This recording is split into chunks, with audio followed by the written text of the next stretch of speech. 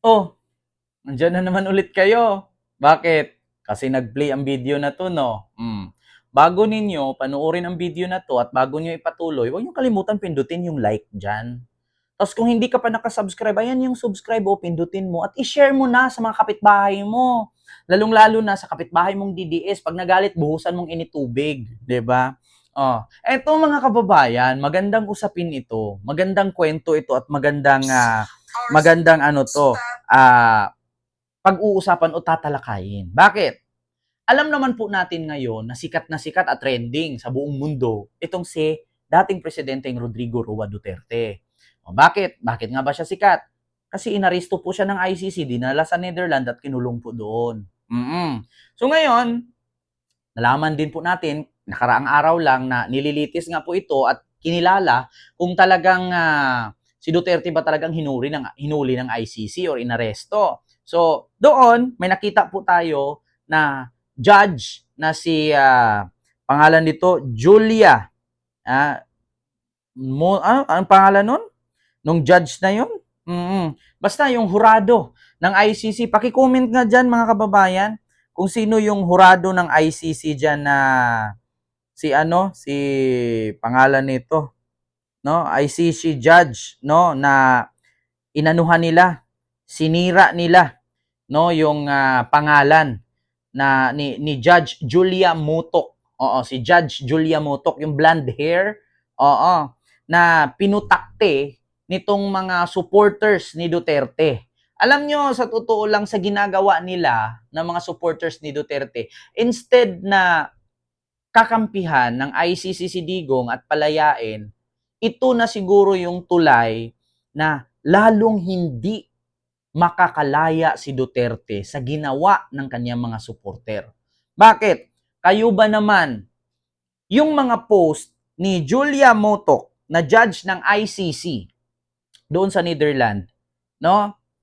Ginagawa nila, ini-spam nila, binabatikos nila kada may post habang nag-post kumakain, habang nasa mall, habang may ginagawa na hindi naman related sa ICC, sinira ng mga supporter ni Duterte.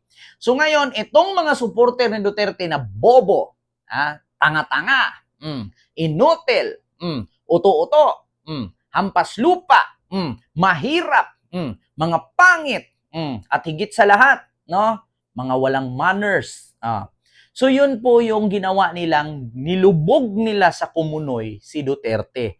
Alam nyo ba, mga DDS, ang consequences sa ginawa ninyo na pang-i-spam no, sa account ni Julia Motok na isa sa mga judge sa trial ni Duterte sa ICC ay ito yung magdadala sa alanganin na paglaya ni Digong. Alam nyo ba yung consequences? Palibhasa kasi ang bububo ninyo. Lalong nadidiin si Digong na hindi makakalaya sa ginagawa ninyo. Hindi kayo nakakatulong kay Digong, bagkus nakakasira pa kayo. Kasi ang bobo nyo nga, huwag kayo magalit, sabihan ko kayong bobo, which is totoo. Sa tingin ninyo, hindi pag-iinitan si Digong dito? Anong akala ninyo sa hurado or sa judge ng ICC dun sa trial? Hindi marunong mag-intindi, kahit Tagalog ang i-comment nyo dyan, kahit Chinese, Japanese, alam niya na ini-spam ninyo yung account niya at nagbablock na ito ng account kasi pinutakti ng mga bobong DDS. So pakinggan natin ngayon mga kababayan itong reaksyon ni Attorney Cristina Conte ng ICC kung ano nga ba ang consequences no dito sa Duterte supporters spamming ICC judge account won't work in their favor. So pakinggan natin itong si Attorney Cristina Conte sa interview ni Karen Davila ng ENC kung ano ang consequences at ano ang kahinatnan sa ginawa ng mga supporter ni Duterte. Ito po, mga kababayan. So ayan po ha, ayan si Attorney Conte at si Karen Davila. Pakinggan natin, hindi ko lang i-view dito kasi makapiright naman po tayo. So pakinggan natin. Conte, I want to ask you to close. The Duterte supporters are spamming the ICC judges, no? They are apparently attacking the websites. How does this affect? Ayan attacking the website. Kita nyo naman kung anong ginawa ng mga Duterte supporter sa website ni Julia Motok na isa sa mga ICC judge, no? Sa Netherlands na kung saan si Digong naroroon ngayon. Ano kaya ang consequences dito? Tignan mo, binaboy nila ang social media ng isa sa mga hurado. Akala siguro nila sa ginawa nilang ito, no, makakalaya si Digong. Hindi. Mas lalong madidiin si fentanyl dito. Ito na. Duterte's case. Well, one, it tells the ICC we need to take jurisdiction, we need to take cognizance of this case because if we throw back this case to the Philippines, magkakagulo. Two, I think it weighs against the grant of an interim release. Precisely in the same manner, he would ask to go back to the Philippines, mahirap yan. Third, conviction. Because Duterte precisely laid out this plan of vilification, of othering.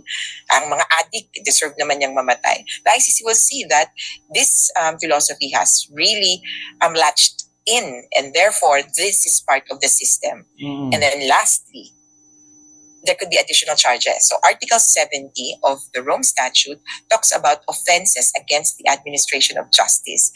And if you intimidate an official of the court for the purpose of, and I'm reading this, of forcing or persuading the official not to perform or to perform improperly his or her duties, Duterte could have additional charges if these attacks could be traced back to him. Oo. Nako, sabi ko nga sa inyo yung mga pamiluso po daw ni Duterte, no, doon pa lang tinitignan na ng ICC yan na, adik ka, kailangan mong mamatay kahit walang due process. Yun pa lang daw pinag-initan na ng ICC. Lalo ngayon, pwedeng magkakaroon ng charges si Duterte dito sa ginagawa ng kanyang mga supporter. Magkakaroon na naman siya ng panibagong pag-iinitan siya. Kaya kayong mga DDS ang bubobo ninyo, no? Ewan ko sa inyo kung tinutulungan ba talaga niyo si Digong makalaya o tinutulungan yung madiin doon. Alam nyo mga DDS, ito itatak nyo sa isipan ninyo ito. Alam nyo ba na ang batas ng Pilipinas ay walang power para pauwiin si Digong at hindi tayo pwedeng magpasa doon, no, ng petition para pabalikin si Digong dito kasi wala tayong jurisdiction. Ngayon, ang bukod tangi lang na maitulong ninyo kay Digong, ipagdasal nyo siya. 'Di ba? Na hindi magkasakit at gumaling siya sa kanyang sakit at malakas ang kanyang pangangatawan. Kasi yung pagsisigaw-sigaw ninyo dyan sa social media, paninira ninyo sa mga judge sa ICC, hindi nakakatulong kay Digong yan. Instead na makatulong kayo, pinapahamak niya si Digong. Ay, sa bagay, mga bobo nga kayo. Ay, take note. Speaking of sabi kong ipagdasal niyo si Digong, wag niyo na pala siyang ipagdasal. Bakit? Pinagmumurangan niya ang Diyos. So ano pang rights para tawagin ninyo ang Diyos ngayon? Kung ako yung Diyos, bababa ako, hapakan ko siya. Yeah? Busy si Lord. Wag niyo nang hanapin si Lord. Nag-EML kami. Oo. So, wag niyo nang hanapin si Lord. Busy siya. Ayaw niya sa mga taong tampalasan. Kung ako naman si Lord, how dare you to call me? Dati, ginawa mo kong bullshit, di ba? Sabi mo, stupid God. Tapos ngayon, maghanap kayo ng God. Mabulok ka dyan. Kaya, kayong mga DDS, no? Utak gamitin. Sa bagay, mayroon naman tayong kasabihan na, when emotions are high, ang isip is low. Di ba? So, i-continue natin. So kumbaga, hindi nila tinutulungan si Oo. ating Pangulong Duterte. Hindi talaga. Nakasasama, hindi niyan mapapalaya si Duterte. Kaya siguro pag nilaya nila, kung anong gagawin dahil kung hindi matalino yung pag-engage mo sa court, kung hindi tama yung paraan ng pag-engage. Because the proper way would be to perhaps write to the court and ask for an opportunity to be heard. Hindi niyo tinutulungan. Not spam the social media. That's not an official kumbaga, communication channel of the court. Yeah. Well, on that note, thank you so much for joining me today. Attorney. Diba? Ayan si Attorney Cristina Conte kay Karen Davila.